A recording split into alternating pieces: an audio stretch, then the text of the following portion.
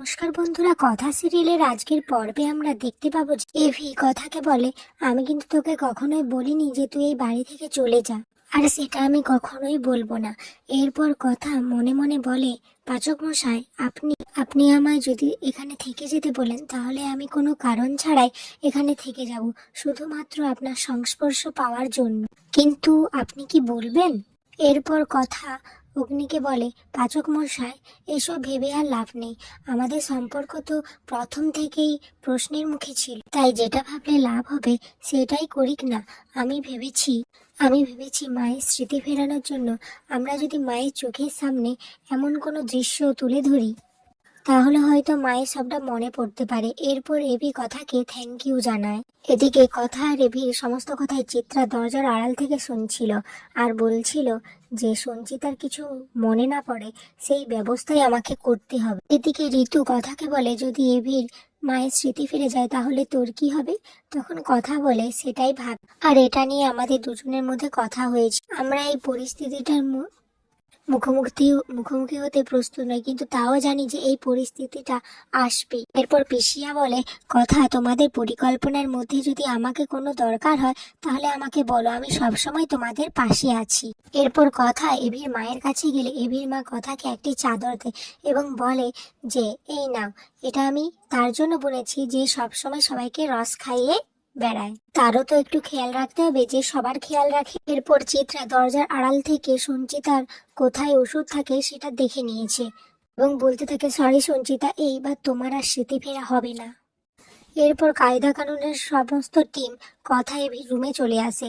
এরপর এভি সবাইকে বলে যে কথা আমাদের একটা দারুণ আইডিয়া দিয়ে, আর আমিও ইন্টারনেটে সার্চ করেছি যে এরকম পেশেন্টের সামনে এমন কিছু দৃশ্য তুলে ধরলে তাদের সমস্ত কিছু মনে পড়ার চান্স খুব বেশি। এরপর এভি তার মায়ের ডায়েরিটা নিয়ে বসে পড়ে এবং বলে যে মা একটা রান্না খুব বেশি করত আর সেটা খুব ভালোবাসতো, কাতলা মাছের রান্নাটা মা গান গেয়ে গেয়ে। এরপর কথা বলে, আরো কিছু কি মনে আছে আপনার মায়ের বিষয়ে? আরো কিছু তো শুধু একজনই বলতে পারবে।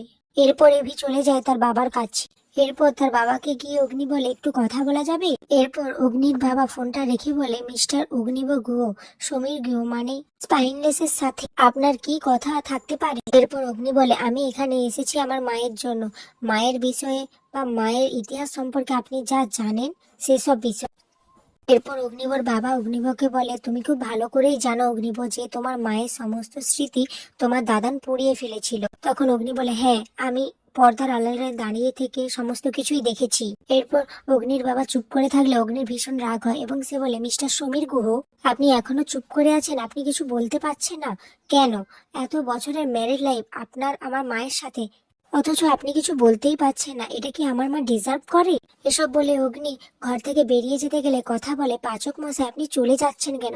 তখন অগ্নি বলে, আমার এখানে আসাটাই উচিত হয়নি। এরপর কথা অগ্নির বাবাকে বলে, বাবা, আমরা মায়ের স্মৃতি ফেরানোর চেষ্টা করছি, আর আমরা এটা চেষ্টা করছি যে কিছু পুরনো দৃশ্য মায়ের সামনে তুলে ধরতে, যার ফলে মায়ের স্মৃতি ফিরে আসতে পারে। জন্য তুমি যদি কিছু জানো বলো না বাবা। এরপর সমীর গুহ তার আলমারি থেকে একটি শাড়ি বার করে যেটা সঞ্চিতা, এবং বলতে লাগলো যে এই শাড়িটা সঞ্চিতার একমাত্র স্মৃতি ছিল, যেটা আমি সবার থেকে আড়ালে লুকিয়ে আমার কাছে রেখে দিয়েছিলাম বহু বছর ধরে। এরপর কথা বলে, দেখলেন তো পাচক মশাই, কর্তা দাদুর আদেশের অমান্য করেও উনি এই শাড়িটা লুকিয়ে যত্ন করে রেখেছে। এরপর অগ্নির বাবা বলে, তোমাদের কাজ হয়ে গেলে এই শাড়িটা আবার আমার কাছে ফিরিয়ে দিই। এরপর অগ্নি তার বাবাকে বলে, থ্যাংক ইউ, আর আমি নিজের দায়িত্ব নিয়ে এই শাড়িটা আবার আপনার কাছে ফিরিয়ে দিয়ে যাব। আমি পর্বে দেখা যায় পিসিয়া অগ্নির মায়ের মতো সেজে সে রান্নাঘরে সেই গানটা গাইতে থাকে। আর এই গানটা শুনে অগ্নির মায়ের চোখের সামনে কিছু পুরনো দৃশ্য ভাসতে লাগে। হঠাৎ করে অগ্নির মায়ের সেই গানটার কথা মনে পড়ে এবং তিনি সেই গানটা গাইতে থাকে। গানটা শুনে চিত্রা ভয় পেয়ে যায় আর ভাবতে থাকে, সঞ্চিতার এই গানটা কিভাবে মনে পড়ে গেল? তার মানে কি সঞ্চিতার সবটাই মনে পড়ে গেছে? এখানেই আজকের পর্বটি শেষ হয়ে যায়। ভিডিওটি ভালো লাগলে like, comment, share and subscribe করে দেবেন।